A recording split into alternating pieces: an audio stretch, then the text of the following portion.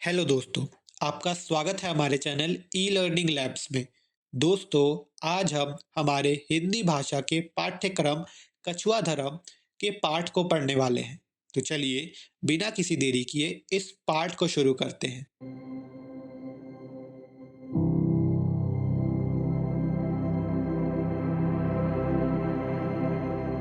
दोस्तों, कछुआ धर्म चंद्रधर शर्मा गुलेरी जी के द्वारा लिखा गया है।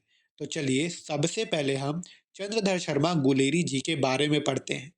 चंद्रधर शर्मा गुलेरी जी का जन्म 7 जुलाई 1883 को राजस्थान जयपुर में हुआ था। दोस्तों, चंद्रधर शर्मा गुलेरी जी ने बहुत सी रचनाएं की हैं जो बहुत प्रसिद्ध हैं। उनमें से कुछ हैं हीरे का हार, उसने कहा था, सुखमय जीवन और भी कई सारी रचनाएं। दोस्तों, चंद्रधर शर्मा गुलेरी जी अपने साहित्यों में समाज के अंधविश्वास, रूढ़ियों और झूठी परंपराओं के बारे में चित्रण करते हैं। दोस्तों, कछुआ धर्म को चंद्रधर शर्मा गुलेरी जी ने एक व्यंग रूपी निबंध के रूप में प्रस्तुत किया है। तो चलिए, हम कछुआ धर्म को पढ़ते हैं और इसे समझते हैं। चंद्रधर शर्मा गुलेरी जी कछुआ धर्म में बताते हैं कि मनुस्मृति। दोस्तों, मनुस्मृति एक धर्मशास्त्र है जिसे मनु महाराज ने लिखा है। चलिए, इसे पढ़ते हैं। मनुस्मृति में लिखा है कि जहां भी गुरु की कलंक कथा यानी असत्य कथा या निंदा, जहां भी गुरु की कलंक कथा या निंदा हो रही हो, तो भले आदमी को चाहिए कि या तो अपने कानों को बंद कर ले या वहां से चले जाए। ऐसा मनु महाराज मनुस्मृति में लिखते हैं। दोस्तों, चंद्रधर शर्मा गुलेरी जी कहते हैं कि ये तो सही है, पर इसका तीसरा उपाय भी है जो मनु महाराज ने नहीं बताया, और ये दूसरे देशों के 100 में से 90 लोगों को सूझेगा कि अपना जूता निकालकर सामने वाले का जबड़ा तोड़ दो, ताकि फिर वो ऐसा करने की सोचे भी ना। पर ये हिंदू या हिंदुस्तानी सभ्यता के कछुआ धर्म का आदर्श नहीं है। कछुआ अपनी ढाल में घुस जाता है और आगे बढ़कर मारता नहीं। यहाँ चंद्रधर शर्मा गुलेरी जी व्यंग करते हुए हिंदुओं को कहते हैं कि वे हमेशा अपने धर्म के मामलों में पीछे हट जाते हैं, एकजुट नहीं रहते, कभी भी उस पर बात विचार नहीं करते।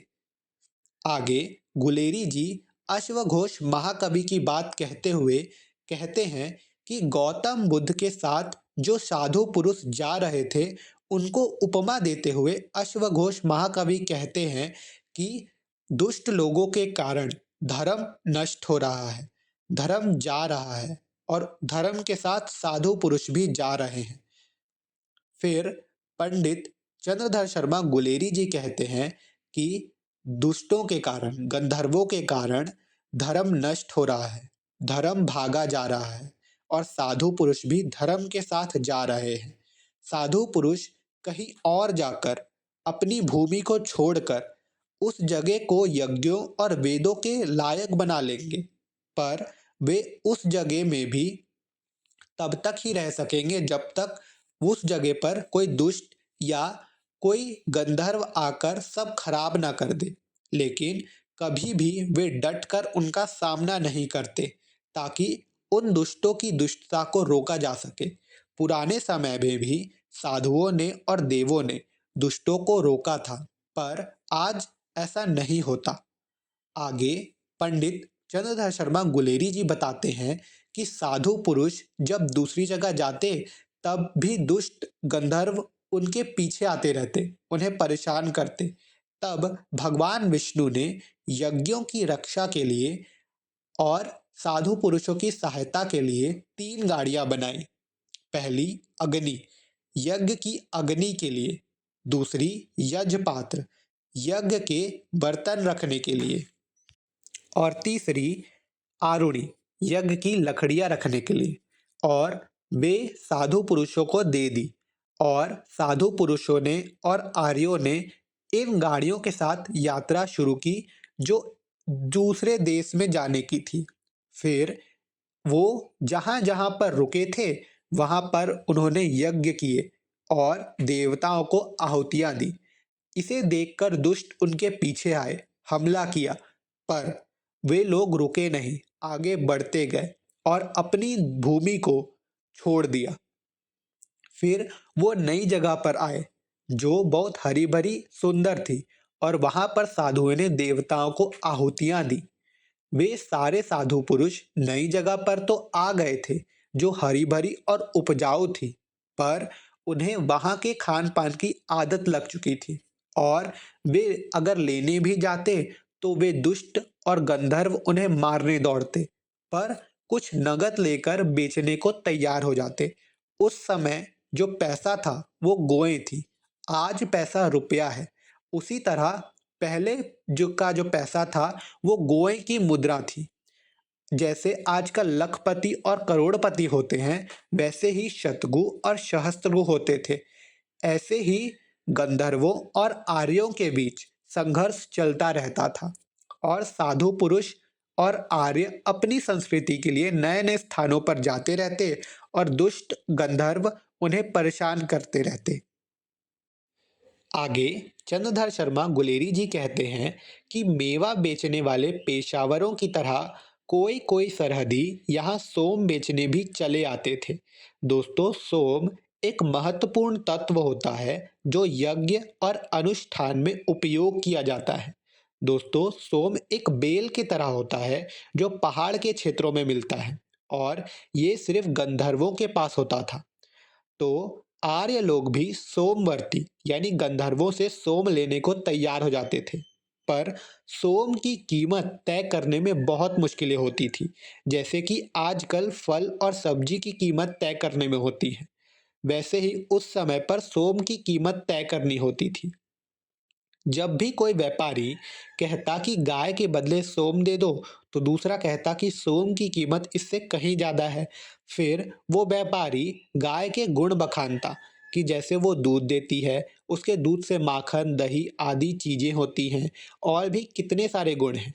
गंधर्व सोम के उत्पादक थे और उनके पास एकाधिकार था, तो वे बिना उचित कीमत के सोम नहीं बेचते थे। आखिर में सौदेबाजी के बाद ये तैयार हो जाता कि भूरी आंख वाली एक बरस की बछिया के बदले सोम खरीद लिए जाते और गाड़ी में रखकर शान से लाए जाते थे। लेकिन जैसे मुसलमानों में सूद लेना हराम होता है, वैसे ही हिंदुओं में भी साहूकारों को सूद देना पाप होता है, पर फिर भी उन्हें देना पड़ता। यहाँ ये गलत नहीं था। क्यों? क्योंकि लोग सोम को लाना शान समझते थे, और शान के लिए वे पाप भी कर देते थे। गंधर्वों के हाथ गौ बेचकर सोम लेना पाप ही नहीं होता, ऐसा वे सोचते थे। फिर सोम मिलने में कठिनाई होने लगी।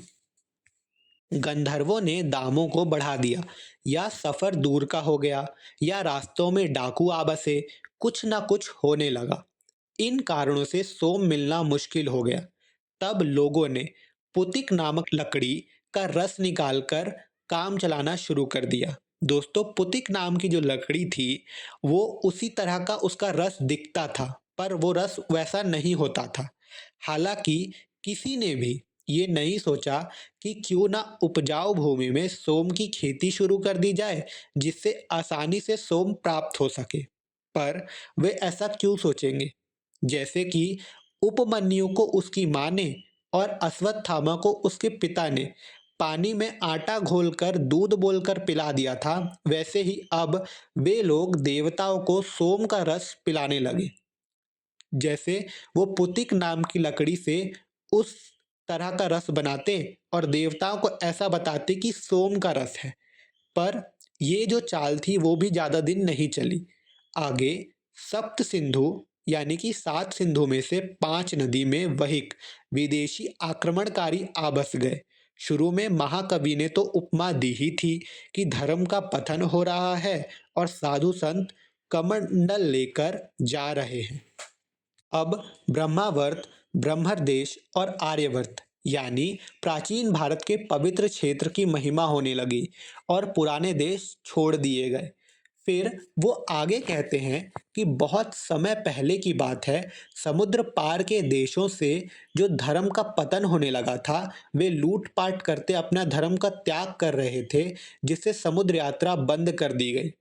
पहले तो राम जी के सेतु का दर्शन करके ब्रह्म हत्या का पाप भी मिट जाया करता था, लेकिन अब नाव में जाने वाला ब्राह्मण भी प्रायश्चित नहीं कर सकता। ऐसे पाप हो गए। ये कछुआ धर्म का उदाहरण है, जिसमें लोग अपने धर्म और सभ्यता की रक्षा करने के बजाय आत्म सुरक्षा कर रहे थे। इसका संदेश यह भी था कि समस्या से निपटने के बजाय उनसे बचने का प्रयास किया जाने लगा। तो ये कछुआ धर्म नहीं तो और क्या है। उसके बाद पंडित गुलेरी जी कहते हैं कि फिर पुर्तगाली भारत में व्यापार और अपना धर्म फैलाने आए। कुएं पर सैकड़ों नर नारी पानी भर रहे थे, नहा रहे थे। तब किसी ने कह दिया कि मैंने तुम्हारे पानी में कुछ अभक्ष डाल दिया है, यानी कुछ ऐसा डाल दिया है जिससे उन्हें पाप लग जाएगा। तो क्या कछुओं को ढाल उलट दिया गया। यहाँ पर पंडित गुलेरी जी कहते हैं कि हिंदुओं को कुछ भी कहो वो मान लेते हैं। उन्होंने ये नहीं सोचा कि अनजाना पाप पाप नहीं होता। उन्होंने ये नहीं सोचा कि क्यों ना कुल्ले कर लें, गंगा जी में नहा लें, लेकिन नहीं, सारे गांव के गांव ईसाई हो गए। उन्होंने दूसरा धर्म अपना लिया क्योंकि उन्होंने पाप कर दिया। ऐसा थोड़ी होता है, ऐसा पंडित गुलेरी जी कहते हैं। फिर दूर दूर के गांव के कछुओं को जब खबर लगी तो उन्होंने प्रायश्चित करना समझा कि बम्बई चलते हैं। ऐसा उन्होंने प्रायश्चित करने को समझा। ये जो अलग अलग तरह से सब अपनी अपनी चला रहे थे, इसी को पंडित गुलेरी जी कछुआ धर्म कहते हैं। इसके बाद पंडित गुलेरी जी कहते हैं कि अगर हिंदुओं से कह दिया जाए कि विलायती खंड यानी कि विदेशी शक्कर खाने में अधर्म होता है, अब चाहे वो चालबाजी से कहे या अपने देश की आर्थिक अवस्था सुधारने के लिए, हिंदुओं का एक ही कछुआ उत्तर होगा कि वे विलायती खंड यानी कि विदेशी शक्कर खाना छोड़ देगा, पर ये नहीं कहेगा कि हमें गन्ने की खेती बढ़ानी चाहिए ताकि हम आर्थिक व्यवस्था को सुधारें। नहीं, वे इस चीज को छोड़ देगा, प्रयास भी नहीं करेगा। वो बनी बनाई मिठाई को गौओं को दे देगा या गंगा जी में बहा देगा। फिर वो देसी खंड यानी कि देशी शक्कर खाने लगेगा। और यदि उन्हें बताया जाए कि देसी चीनी हो या विदेशी चीनी, वो दोनों एक ही प्रक्रिया से बनती है, तो वो उसे भी खाना छोड़ देगा और वो मैली चीनी खाने लगेगा।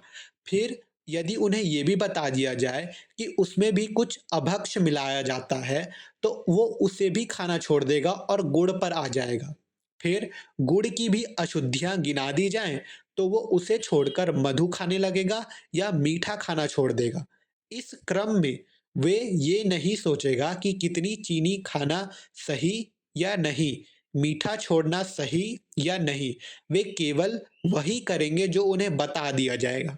वे यह भी नहीं सोचेंगे कि बिना मीठा कैसे रहा जाए, जबकि उनकी तरह सोचने वाले लोगों की संख्या कम होती जाएगी। वे कछुआ धर्म को अपनाएगा और इनका कछुआपन भगवान की तरह समुद्र मंथन करके मंदराचल पर्वत को पीठ पर रख मथ के नए नए रत्न निकालने के लिए नहीं, बल्कि इनका कछुआपन ढाल के भीतर छुप के अपने आप को बचाना है। बस धर्म के लिए कुछ नहीं करना, बस अपनी सुरक्षा हो जाए। ये है हिंदुओं का कछुआपन, कछुआ धर्म। आगे पंडित गुलेरी जी कहते हैं, किसी बात की इच्छा होने पर उसे पूरा करने की इच्छा होती है। दुख होने पर उसे मिटाना चाहते हैं। यह स्वभाव है, हर प्राणी में होता है। अपनी अपनी समझ है। संसार में तो बहुत प्रकार के दुख दिखाई देते हैं। उन्हें मिटाने के लिए उपाय भी किए जाते हैं, जैसे अब होने लगे हैं। जैसे कि दृष्टि उपाय हुए, उनसे संतोष नहीं हुआ तो पारंपरिक उपाय किए गए, उनसे भी मन नहीं भरा तो संख्यों ने काट कड़ी गिन गिन कर उपाय निकाले। किसी ने कहा कि बहस बकझक बाग के झल बोली की चूक पकड़ने और कच्ची दलीलों की सीवन उधेड़ने में ही परम पुरुषार्थ है। ये काम सही है। ऐसा कुछ ना कुछ उपाय मिलता गया। कछुओं ने सोचा चोर को क्यों मारे, चोर की माँ को ही क्यों ना मारे। ना रहेगा बांस, ना बजेगी बांसुरी। ये जीवन तो सारे दुखों का जड़ है, तो इस जीवन को ही नष्ट कर लो। तो प्रार्थनाएं होने लगी, हे राम, माँ के गर्भ में निवास ना देना, मतलब पुनर्जन्म ना हो, ताकि संसार के दुखों से मुक्ति मिल जाए। और ये प्रार्थना उस देश में जहाँ सूर्य का उदय होना इतना मनोहर था, वर्णन भी नहीं किया जा सकता। ऋषियों की भूमि है। जिस देश में केवल 1-2 महीने घूमना फिरना मुश्किल होता, वहां खाने पीने को कुछ नहीं होता, मरी मरी चीजें खानी होती या व्यर्थ की चीजें खानी होती, तो एक बार समझ में भी आता। पर इतनी अच्छी परिस्थितियों में भी जीव का ये सोचना गलत है, ऐसा पंडित गुलेरी जी कहते हैं। आगे वो कहते हैं कि यह देश है जहाँ राम का शासन है। धरती इतनी उपजाऊ है कि बिना खेती फसलें पकती हैं, और यह तो पेड़ पेड़ पर शहद मिलता है। यहाँ की भूमि उपजाऊ और समृद्ध है, तो यहाँ ऐसी प्रार्थना क्यों कि वो कभी पुनर्जन्म ही नहीं लेना चाहते, वो माँ के गर्भ में ही नहीं आना चाहते, ऐसा क्यों। इसके बाद पंडित गुलेरी जी एक कथा सुनाते हैं कि हिमग्रीव और हिरण्याक्ष दोनों में से किसी एक दैत्य से देव बहुत तंग थे। तब देवताओं ने सुना कि कोई महान व्यक्ति, यानी कि कोई दैत्य, आत्म मंदिराज से बाहर निकला है। तो वे घबरा गए और इंद्र ने जल्दी से दरवाजे बंद कर लिए। जैसे अमरावती देवताओं की नगरी ने घबराकर अपनी आंखें बंद कर ली हो। मतलब कोई शक्तिशाली दैत्य उनके क्षेत्र में घुस आता तो देवता घबरा जाते और सुरक्षा का प्रबंध करने लगते, छुपने लगते। ये कछुआ धर्म का भाई शुतुरमुर्ग धर्म है, ऐसा पंडित गुलेरी जी कहते हैं। जैसे शुतुरमुर्ग का पीछा किया जाए तो वह बालों में अपने सिर को छुपा लेता है और उसे लगता है कि अब उसे कोई नहीं देख रहा है, भले ही उसका पूरा शरीर बाहर है, बस आंखें और सिर ही छिपा हुआ है, फिर भी वो समझता है कि वो सुरक्षित है। वैसे ही कछुआ धर्म है। कछुओं ने अपने हाथ पांव को, सिर को भीतर डाल लिया, ढाल में घुस गए तो मानो समस्या ही खत्म हो गई। पर ऐसा नहीं है। समस्याओं का समाधान करना होता है, उससे भागना नहीं होता। यही चीज पंडित गुलेरी जी हमें समझाना चाहते हैं। इतनी खराब स्थिति में भी हिंदू समाज ने समुद्र पार जाने का साहस दिखाया। खासकर संघर्ष और आपात स्थिति में हजारों लोग समुद्र पार गए और आए। उन्हें कोई डर नहीं था, लेकिन अब भी कोई विद्यार्थी बाहर विलायत जाने की बात करता है तो तुरंत आलोचन और प्रश्नों का सामना करना पड़ता है, मानो यह पहली बार हो रहा हो। यह दिखता है कि समाज में एक प्रकार का डर और संकोच अभिव्यक्त है। तो दोस्तों, कछुआ धर्म से हमें शिक्षा मिलती है कि आज इस कछुआ धर्म के चलते समाज में कई प्रकार की समस्याएं और डर बने हुए हैं। इसलिए हमें यह सोचना चाहिए कि ढाल के पीछे छिपने के बजाय समस्याओं का सामना करना और उनका समाधान खोजना आवश्यक है। इस कहानी के माध्यम से पंडित चंद्रधर शर्मा गुलेरी जी हमें यही बताना चाहते हैं कि हमें साहस और वीरता से अपनी समस्याओं का सामना करना चाहिए, उन्हें भागना नहीं चाहिए।